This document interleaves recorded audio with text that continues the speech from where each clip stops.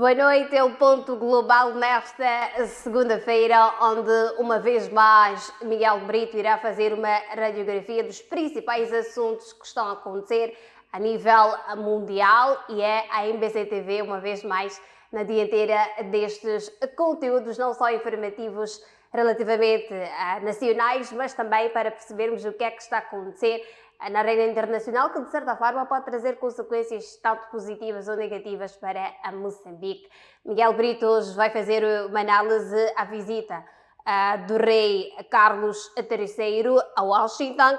Ao mesmo tempo queremos fazer uma radiografia da organização do Tratado do Atlântico Norte e a fragilidade dos compromissos internacionais e para findar as tensões no Médio Oriente que ainda persistem. Mas vamos voltar para o primeiro ponto. Miguel Brito, temos aqui esta visita que foi feita pelo rei Carlos III a Washington e vamos querer numa primeira instância perceber se será uma tentativa de colocar ou estreitar as relações do Reino Unido para com os Estados Unidos da América. Muito boa noite, uma saudação especial à Cecília e também a todo o auditório da MBC, todos os internautas que nos acompanham, para vos dizer que esta visita do rei Carlos III, ela reveste de grande simbolismo. É uma espécie de regresso do avô à casa dos netos, eu posso usar esta ideia, uma vez que a Inglaterra é assim uma espécie de estrutura fundacional de uma parte da cultura dos Estados Unidos. Aliás, no discurso do Carlos III recordou um escritor que chama-se... os Estados Unidos e a Inglaterra são muito diferentes, mas ele brincava que a única coisa que têm em comum é realmente a língua. Isso é um fator muito importante, mas eu acho que é muito mais que isso. Há um património que foi recordado e que foi lembrado. E eu gostaria de dizer que o discurso de Carlos III é um discurso antológico, e acho que é daqueles discursos que vai ficar para a história. É um verdadeiro discurso de um rei e que tem um significado político muito importante. Eu acho que, por vezes, esta nova liderança americana, presidida por Donald Trump, esquece a história, esquece o passado, esquece os princípios fundacionais dos Estados Unidos da América, e acho que Carlos III foi recordar isso numa altura em que a sociedade americana também vive muito polarizada. Ele foi uma pessoa que veio agregar à volta do seu discurso não só palmas, mas também eu acho que sinceramente uma convicção de que há coisas que não se podem esquecer. Recordo que no seu discurso do Congresso ele foi aplaudido por republicanos e por democratas e de facto foram recordadas coisas muito importantes que têm que ver. Uma delas que eu acho que é o pano de fundo, que é recordar a essência do regime político que os Estados Unidos carrega, é o legado da democracia.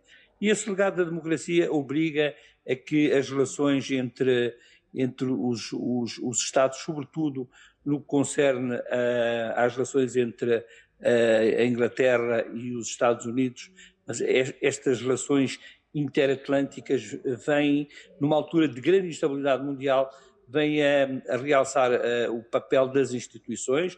Eu não posso deixar, desde logo, de referir que a própria figura da monarquia acaba aqui numa altura em que ela é pejada de pequenos escândalos, acaba por mostrar a sua grande vitalidade através do exemplo. Eu recordo a passagem pelos Estados Unidos do seu avô, nas vésperas da Segunda Guerra Mundial, um grande discurso, e é a prova mais cabal de como é que é possível combinar profundidade e densidade histórica com comunicação moderna. E eu acho que este discurso foi realmente preparado ao pormenor, como se fosse uma espécie de stand-up, mas que o fez com grande seriedade intelectual, com grande conteúdo, e de facto mostrou a diferença entre este estilo trauliteiro e aquilo que é importante que a política venha a recolher novamente, que é o peso da história, o peso da cultura, o peso das alianças entre os países. São 250 anos de história que têm que ser recordados e que têm que ser lembrados e que têm como pano de fundo a democracia e, sobretudo, o respeito do direito internacional. Ele foi, de forma muito subtil, lembrar aspectos muito importantes da diplomacia, das relações internacionais, que às vezes parece que se encontram esquecidos, e acho que foi realmente um discurso, uma espécie de lição magistral, cheia de eloquência, cheia de sabedoria. Verdadeiramente eu acho que esta simbologia da visita do avô que visita o neto e que lhe diz que é preciso olhar para o património da família e às vezes infletir algumas coisas, acho que foi muito bem escolhido. Foi um grande momento da vida da política internacional. Exato. Miguel Brito concorda com o que a imprensa internacional já escreve de que foi um discurso anti-Trump e também anti-Vance, tendo em conta que aqui estamos num período em que os Estados Unidos da América têm recebido várias críticas devido à ação que o seu presidente tem desencadeado nos últimos dias. Repetindo a pergunta, é perceber se Miguel Brito tem a mesma percepção de que foi um discurso anti-Trump e também anti-Vance? Que é o oposto daquilo que é o estilo político do Trump. E, de facto, cheio de recados e feitos com tanta elegância e com tanta inteligência que até surpreendeu o próprio presidente Trump, que acabou por, penso eu, surpreendido com uma inteligência, às vezes, abeirante da alarvidade, consegue impressioná-la. E eu acho que, de facto, o discurso do rei Carlos III foi tão profundo, tão denso, que deixou o próprio estilo mais trauliteiro do Trump seduzido. Verdadeiramente este é um discurso que não pode também ser usado politicamente como uma bandeira de quem é contra a era Trump, mas ele vai mostrar realmente que há outra forma de fazer política, que há outra forma de recordar o papel fundamental histórico entre os Estados Unidos e a Inglaterra, eu diria entre os Estados Unidos e a Europa, recordar os fundamentos do Tratado Atlântico Norte, o espírito da defesa, os valores da democracia, os valores da liberdade, e hoje são postos em causa num estilo de liderança, que é um estilo de liderança que deixa muito a desejar naquilo que é a construção do direito internacional. Eu acho que de forma muito subtil o rei Carlos III não fez só um grande discurso europeu, eu acho que ele fez um grande discurso universal, recordando aquilo que são realmente os elementos essenciais à volta do tema da paz, do direito internacional, do papel da Europa na construção da paz e também do papel indispensável de diálogo que importa manter e consolidar entre os Estados Unidos da América e a Europa Ocidental. Acho que isso foi, digamos que assim, o traço mais forte do seu discurso e num invólucro de muita criatividade, muita elegância literária e de oratória, mas com muito conteúdo, que Carlos III deixou uma semente que esperemos também frutifique na classe dirigente mais restrita do presidente Trump. E, de facto, eu acho que foi um grande discurso. É curioso que entre o primeiro e o segundo tema que agora que me iria sugerir e que eu iria aqui também comentar, tem que ver com o facto dos Estados Unidos estar permanentemente a pôr em causa e a provocar os seus aliados políticos. De facto, nós temos que tratar os nossos aliados com generosidade, com elevação, e não neste estilo de ameaça, parecendo que os aliados são também inimigos dos Estados Unidos. Esta posição de que os Estados Unidos se vai demitir das suas funções de segurança no quadro da Aliança do Atlântico Norte, sim, vem mostrar uma falta muito profunda de estratégia, de sentido institucional, e de facto eu acho que este discurso de Carlos III devia ser lido e relido e ouvido pelos líderes do Partido Republicano Miguel Brito, e pelos seus mais acérrimos apoiantes. Ainda sobre o primeiro tema que estamos a abordar, o discurso foi preferido, as recomendações ficaram, as diretas também foram recebidas por quem era de direito. Mas até que ponto a monarquia aqui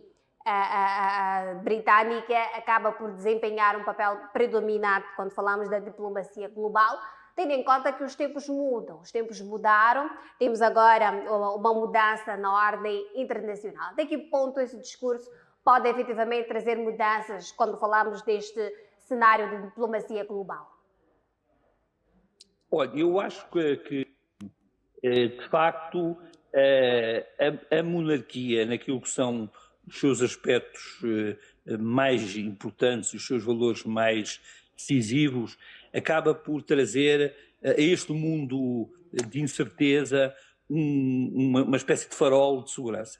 E, de facto, nós vamos vivendo, na própria monarquia britânica, nós temos episódios que não prestigiam a democracia, mas, por outro lado, nós temos um lado da monarquia que acaba por mostrar a vitalidade e a força que a própria monarquia tem como regime. Eu acho que Carlos III é um homem muito preparado, é um homem que conhece muito bem as relações, não com os Estados Unidos em particular, mas tem uma visão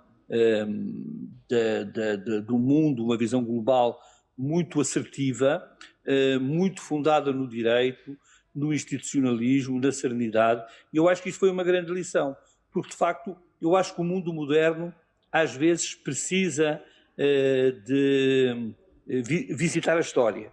E visitar a história e visitar os grandes valores que no fundo foram os valores da história que ajudaram a construir os Estados Unidos, e são sempre valores de liberdade e que não dá para travestir, não dá para dizer a liberdade é uma coisa antiga, a diplomacia é uma coisa antiga. Não, é preciso que se perceba que muitas das coisas aparentemente modernas têm que ter um olhar profundo sobre a história. Eu acho que nós fomos revisitados realmente por uma lição magistral de política internacional, de política diplomática, daquilo que é preciso fazer no mundo, de quem é preciso ouvir, e de facto às vezes os exemplos vêm de regimes que aparentemente parecem estar caducos, mas que de repente se percebe as razões da sua força popular, apesar das crises da monarquia.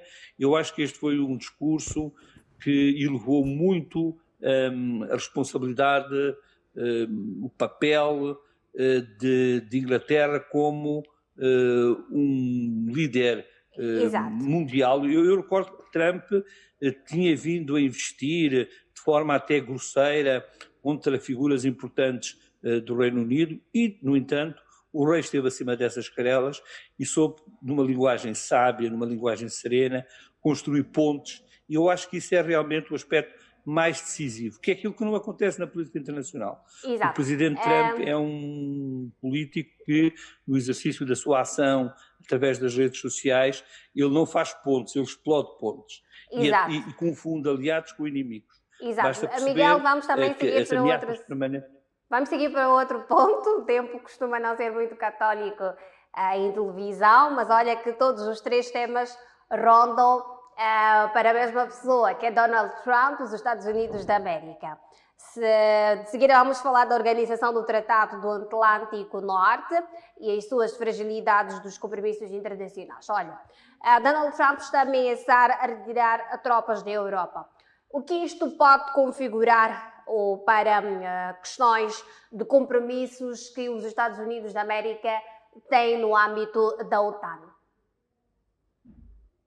Que a política dos Estados Unidos, eu já tinha mais ou menos enunciado isto, porque acaba, embora no primeiro tema, mas acaba por ser situações que se relacionam. Sim. É que o conceito de aliado é um conceito muito profundo.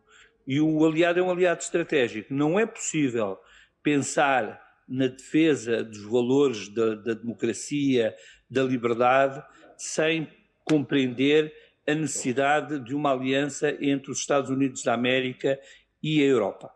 E, portanto, eu acho que a política dos Estados Unidos que eu acho que às vezes não tem estratégia, é muito rápida e não tem soluções firmes, eu acho que não tem, eu acho que muitas vezes eles esquecem-se da história, apostam mais na imagem do discurso, nos soundbites, do que aquilo que é realmente importante, e é fundamental que o presidente Trump não esteja permanentemente a confundir aliados com inimigos e trate os europeus como sendo pessoas que não são aliadas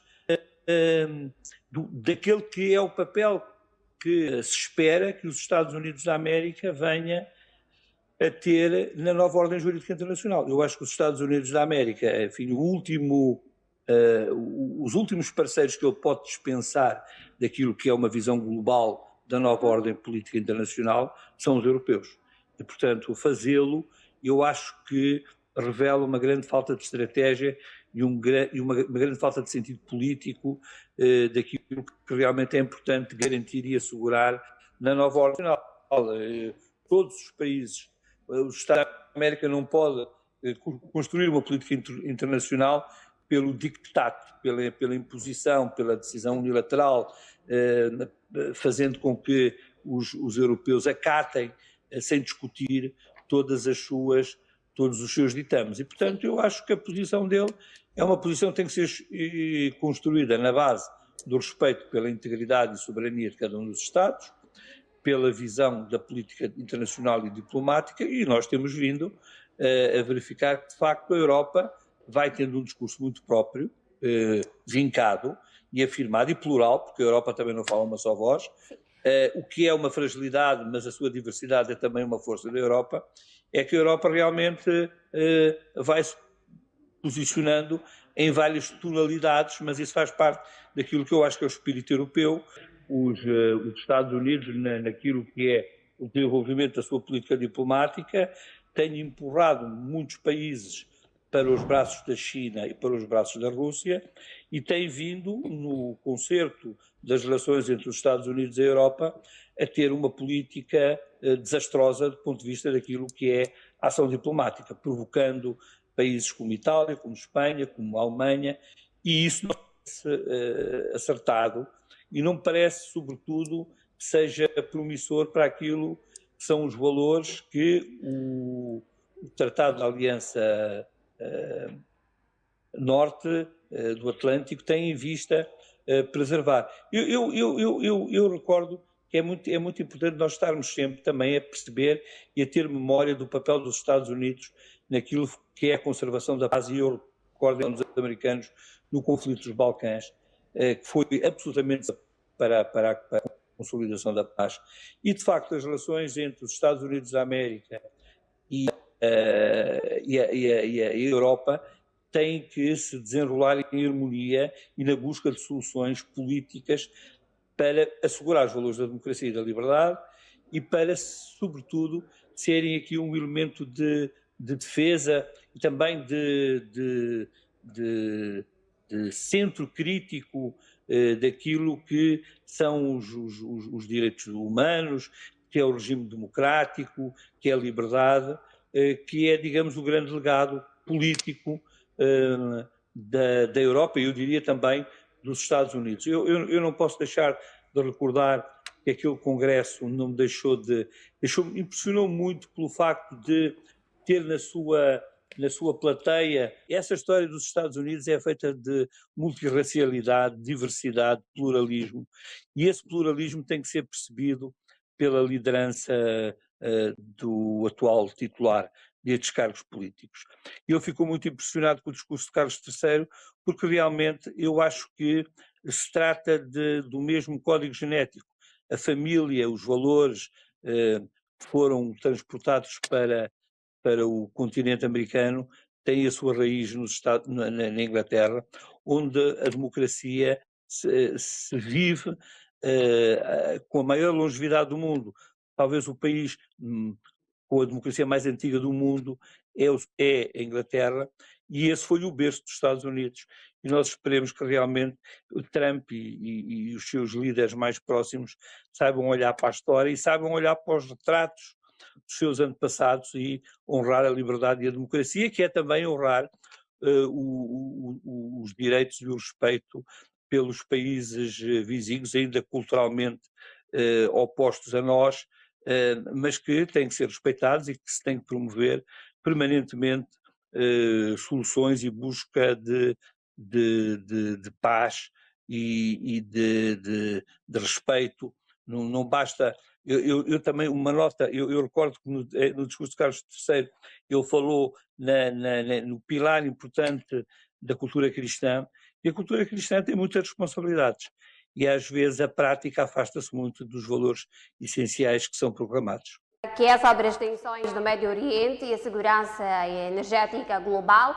As últimas notícias que surgem é de que o navio de guerra norte-americano foi atingido com 2 mísseis no Estreito de Hormuz, depois de ter ignorado um aviso do Irão. Ainda está a decorrer essas desavenças entre os Estados Unidos da América e também o Irão.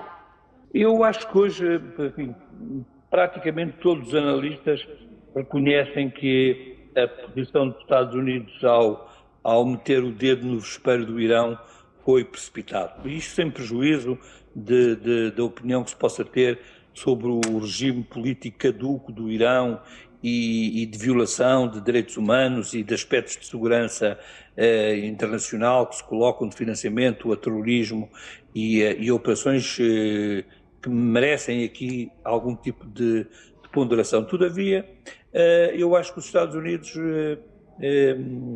um dia faz chuva, outro dia faz sol, dizem que vão sentar-se à mesa das negociações, outro dia dizem que vão destruir o país e a civilização do Irão, e de facto parece-me a mim que falta aos Estados Unidos uma orientação estratégica, uma percepção da história, um papel importante da política diplomática para a construção de soluções efetivamente práticas de paz, ainda por cima num eixo geográfico com a importância que tem no comércio marítimo dos petroleiros e da importância do petróleo em todas as economias mundiais.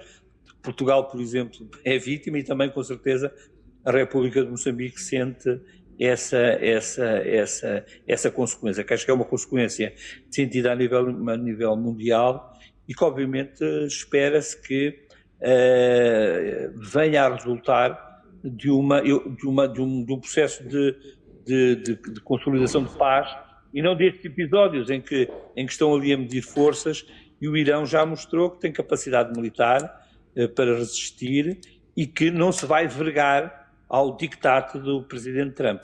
Exato. Eu acho que o Presidente Trump ainda não é rei do mundo e, portanto, ainda lhe falta muito para poder ser. Muito obrigada, Miguel Brito, pela presença. Eu é que agradeço. Muito obrigada. O tempo não costuma ser católico, é pouco tempo para 3 temas, obviamente, que nós tivemos a abordar hoje. Mas certamente a próxima edição estará aqui uma vez mais, já que é comentador residente da MBC TV. Fique bem, até a próxima, Miguel Brito, e também o programa fica por aqui. Próxima semana teremos mais conteúdos por analisar neste espaço do ponto global da MBC TV. Até lá!